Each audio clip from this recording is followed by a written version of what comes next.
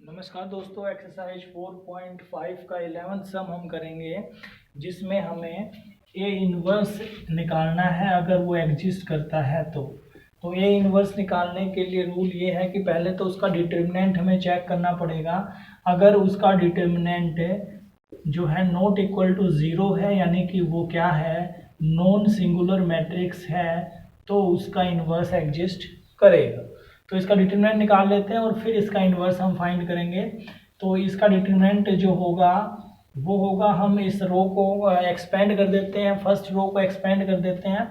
तो 1 इंटू ये कैंसिल, ये हो गया minus cos square alpha minus sine square alpha. और नेक्स्ट एलिमेंट ज़ीरो है, लिखने की ज़रूरत नहीं है। तो ये यहाँ से माइनस कॉमन निकल गया और cos square alpha plus sine square alpha 1 होता है, तो ये वैल्यू होगी -1। अब -1 है, इसका मतलब नॉट इक्वल टू ज़ीरो है, इसका मतलब नॉन सिंगुलर है, एग्जिस्ट करेगा इसका इनवर्स जो है। और एग्जिस्ट करेगा तो किसका इक्वल होगा, ए इनवर्स हमें पता है, ए इनवर्स होता है 1/a determinant into adjoint A. पिछले सम में हम सीख चुके हैं, ये फाइंड करना है। तो ये फाइंड करने के लिए पहले एडजॉइंट ए निकालना पड़ेगा, और एडजॉइंट ए जो है वो हमें पता है ट्रांसपोज होता है किसका, कोफैक्टर्स का। ये हमने कोफैक्टर्स लिखे हैं, पिछले एक्सरसाइज में हम कोफैक्टर्स सीख चुके हैं।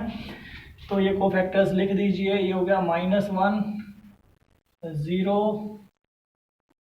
और 0 minus cos alpha minus sine alpha 0 sine alpha और ये कोस अल्फा। इसका ट्रांसपोज करना है अभी, क्योंकि एडजॉइंट जो होता है वो ट्रांसपोज होता है कोफैक्टर्स का। तो first row first column, second row second column, और थर्ड रो थर्ड कॉलम।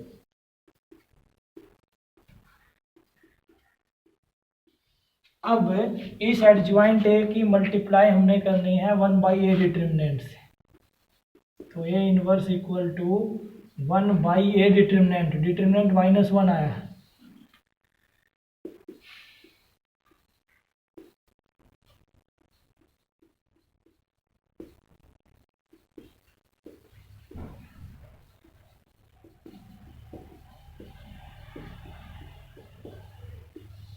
और जब मैं इसकी -1 से मल्टीप्लाई करूंगा तो इनके साइन चेंज हो जाएंगे। मैं इनके साइन चेंज कर देता हूँ। यहाँ पे ये हो गया प्लस का, ये भी प्लस का, ये भी प्लस का, ये भी प्लस का, और ये माइनस का।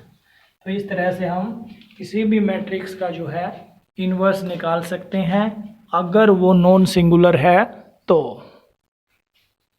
नेक्स्ट सम है एक्सरसाइज का 12th सम। ये वेरीफाई करना है, दो मैट्रिक्स दिए हुए ए और बी, ए बी का इन्वर्स जो है B inverse into A inverse के इक्वल वेरीफाई करना है। तो ये वेरिफिकेशन के लिए पहले हमें ए इन्वर्स चाहिए और ए बी इन्वर्स चाहिए। तो इन्वर्स निकालने के लिए पहले तो ए डिटर्मिनेंट निकालना पड़ेगा। ए डिटर्मिनेंट हमने निकाल लिया, ये हो गया 15 minus 14 that is equal to 1। फिर हमने बी इन्वर्स भी निकाल लिया, ये हो गया 6 9 जा और 7 8 जा, ये हो गया -2। अब जो है हमें इन दोनों का इन्वर्स और निकालना है, तो एडजॉइंट ए निकालना पड़ेगा पहले। एडजॉइंट ए निकाल रहा हूँ मैं। एडजॉइंट ए के लिए मैं ट्रांसपोज करूँगा उसके कोफैक्टर्स का। तो कोफैक्टर्स हमारे 1 1 निकालेंगे, तो ये आएगा हमारा 5 1 2 first row second column, 2 1 second row first column, और 2 2 ये आएगा हमारा 3।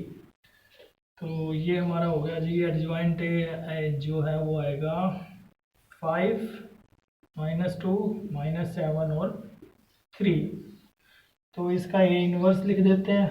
इन्वर्स होगा 1/a डिटर्मिनेंट 1/1 इंटू ये 5 2 और 7 3। ये तो हो गया ए इन्वर्स। अब बी इनवर्स और निकाल देते हैं। बी इनवर्स के लिए हमें एडजॉइंट बी चाहिए, तो एडजॉइंट बी क्या होगा, एलिमेंट्स का ट्रांसपोज, कोफैक्टर्स का ट्रांसपोज। 1 1 हमारा 9 है, फिर 1 2 7 है, फिर 2 1 सेकेंड और फर्स्ट कॉलम 8 है, और फिर 2 2 वो 6 है। तो एडजॉइंट ऑफ बी जो है वो होगा हमारा 9 -7 -8 और 6। अब बी डिटर्मिनेंट हमारा कितना था, 6 9 में 54 और 8 7 56, यानी कि बी इनवर्स जो होगा वो होगा 1/2 और साथ में 9 8 7 और 6। ये ए इनवर्स और बी इनवर्स हम निकाल चुके हैं। अब इसकी वेरिफिकेशन हम देखेंगे।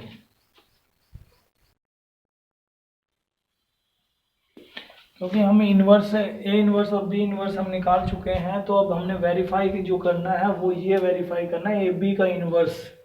तो इसका मतलब हमें ए और बी की मल्टीप्लाई और करनी पड़ेगी और फिर उसका इन्वर्स हम निकालेंगे। तो ए और बी की मल्टीप्लाई और कर लेते हैं हम। ए हमारा है 3 2 7 5 और बी मैट्रिक्स है 6 7 8 और 9। तो मल्टीप्लाई करेंगे तो क्या आएगा, देखिए यहाँ पे लिख लेते हैं। 6 3 18 और 3 6 18 और 7 7 49, 18 और 49, 9 और 8 17, 5 और 1 6 67, 12 और 35 47, 8 24 और 63 87 और 8 2 16 और 45, ये हो गया जी 61।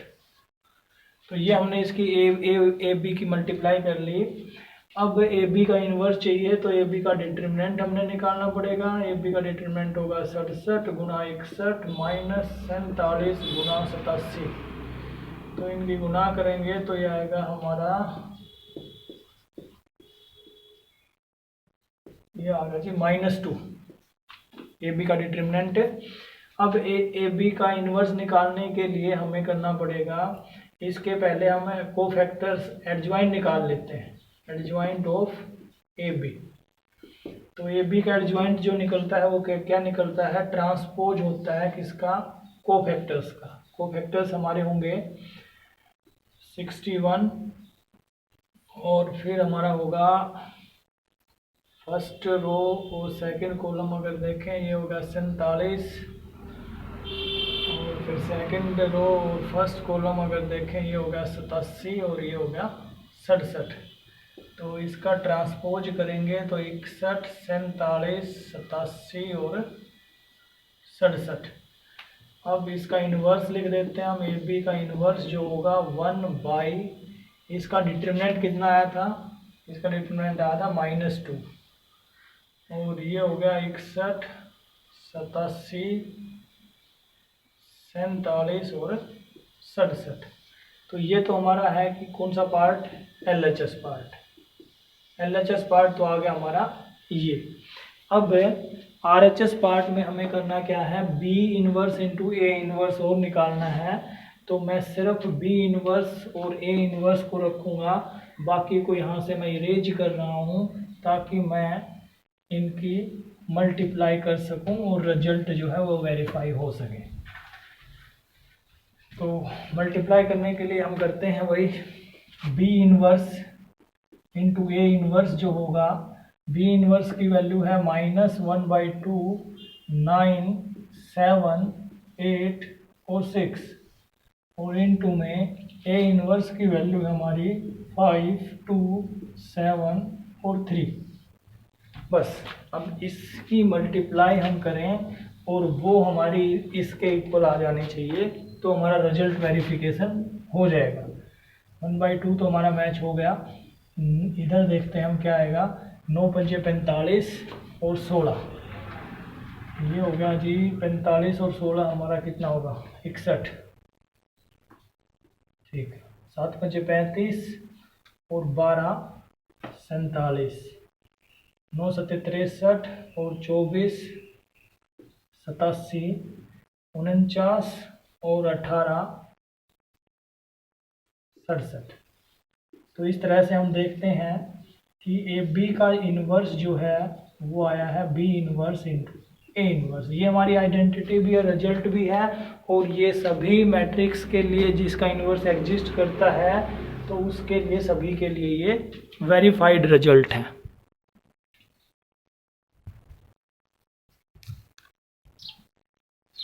नेक्स्ट 17 और 18 सम और हैं जो हमारे ऑप्शनल हैं, जो एक एक नंबर के जो हमारे सम आते हैं उनमें से इन्हीं समों में से जो है आते हैं कई बार जो है। तो 17 सम है, let A be a non singular matrix of 3x3 order, then adjoint A का डिटरमिनेंट, एडजॉइंट ए का डिटरमिनेंट हमने निकालना है और वो इक्वल होगा किसके, ए डिटरमिनेंट के स्क्वायर के, ए डिटरमिनेंट क्यूब के, या 3 ऑफ ए डिटरमिनेंट। तो यहाँ पे सेकंड पार्ट हमारा आंसर होगा। और 18th में A is invertible of order 2, then determinant of A inverse, A inverse का हम अगर डिटरमिनेंट निकालते हैं तो वो किसके इक्वल होगा, डिटरमिनेंट ऑफ ए के, या 1/a डिटरमिनेंट ऑफ ए के, या 1 इनवर्स जो होता है 1 बाई के इक्वल होगा। तो दोनों का आंसर जो है वो सेकंड पार्ट होगा।